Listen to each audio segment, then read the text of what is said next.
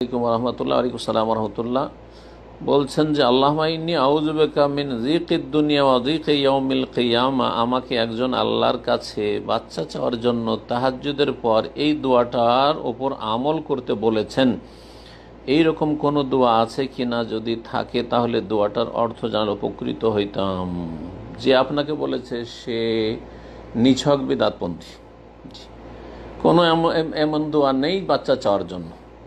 এর অর্থ হচ্ছে আল্লাহ হ্যাঁ এই দোয়া আছে, কিন্তু এই দোয়া বাচ্চা চাওয়ার জন্য নয়। বালা মুসিবত এবং দুনিয়া এবং আখেরাতের যেসব কষ্ট রয়েছে সেসব কষ্ট থেকে আল্লাহর কাছে অব্যাহতি কামনা। কোরআনে কারিমে যেখানে ছেলে মেয়ে চাওয়ার জন্য আল্লাহ দোয়া শিখিয়ে দিয়েছেন, ইব্রাহিম আলাইহিস সালামের দোয়া রয়েছে রব্বে হাবলি মিনাস সালিহিন।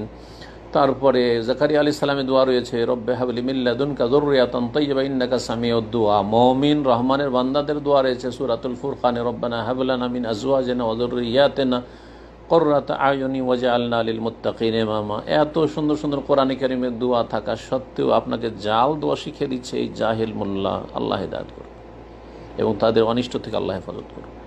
আল্লাহুম্মা ইন্নী আউযু বিকা মিন যিকিদ দুনিয়া। হে আল্লাহ, তোমার আশ্রয় গ্রহণ করছি দুনিয়ার সংকীর্ণতা থেকে, ওয়া যিকি ইয়াউমিল কিয়ামতের দিনে সংকীর্ণতা থেকে, দুনিয়ার বিপদ আপদ থেকে আর কিয়ামতের বিপদ আপদ থেকে। তো ছেলে মেয়ে চাওয়ার সাথে এই দোয়ার কী সম্পর্ক রয়েছে?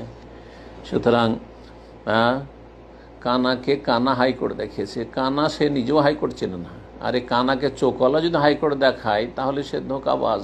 ওর চাইতে অধম হচ্ছে নিজেও কানা আর এক কানাকে হাইকোর্ট দেখিয়েছে।